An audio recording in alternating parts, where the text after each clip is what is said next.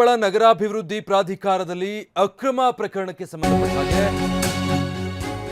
ಬಗೆದಷ್ಟು ಕೂಡ ನಗರಾಭಿವೃದ್ಧಿ ಪ್ರಾಧಿಕಾರದ ಅಕ್ರಮ ಬಯಲಾಗ್ತಾ ಇದೆ. ಬರೋಬ್ಬರಿ 20ಕ್ಕೂ ಹೆಚ್ಚು ಅಕೌಂಟ್ಗೆ ಹಣ ವರ್ಗಾವಣೆ ಆಗಿದೆ. 2 ಕೋಟಿಗೂ ಅಧಿಕ ಹಣ ವರ್ಗಾವಣೆಯಾಗಿದ್ದು ಬಯಲಾಗಿದೆ. ಪ್ರಾಧಿಕಾರದ ಅಕೌಂಟ್ನಿಂದಾನೇ ವರ್ಗಾವಣೆಯಾಗಿದೆ ಹಣ.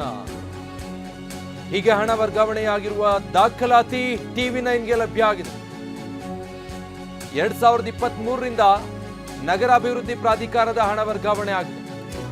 ಹೊರಗುತ್ತಿಗೆ ನೌಕರ ರವೀಂದ್ರ ಕುಮಾರ್ ಖಾತೆಗೆ ಹೀಗೆ ಹಣ ವರ್ಗಾವಣೆ ಆಗಿರುವುದು.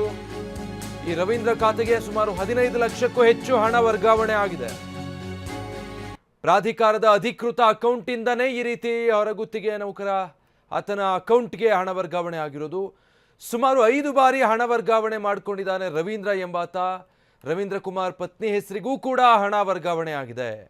ಅನಿಲ್ ಕುಮಾರ್ ಎಂಬ ಹೆಸರಿಗೆ 4 ಬಾರಿ ಹಣ ವರ್ಗಾವಣೆ ಆಗಿದೆ. ಇನ್ನು ಪ್ರಾಧಿಕಾರದ ಸುಮಾರು 99 ಲಕ್ಷ ರೂಪಾಯಿ ಹಣ ಈ ರೀತಿ ವರ್ಗಾವಣೆ ಆಗಿರೋದು. ಸೆಲ್ಫ್ ವಿತ್ಡ್ರಾ ಮೂಲಕ 4ರಿಂದ 5 ಬಾರಿ ಹಣ ವರ್ಗಾವಣೆ ಮಾಡಲಾಗಿದೆ.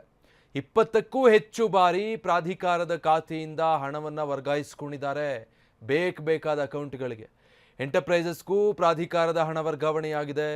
ಈ ಹಣ ವರ್ಗಾವಣೆಯ ವಿಚಾರವನ್ನ ಸದ್ಯ ಪೊಲೀಸರು ತನಿಖೆ ನಡೆಸ್ತಿದ್ದಾರೆ. ಬರೋಬ್ಬರಿ 8,43,00,000 ಹಣ ಇಲ್ಲಿ ಕೊಪ್ಪಳ ನಗರಾಭಿವೃದ್ಧಿ ಪ್ರಾಧಿಕಾರದಲ್ಲಿ ಈ ರೀತಿ ದುರುಪಯೋಗ ಆಗಿರೋದು.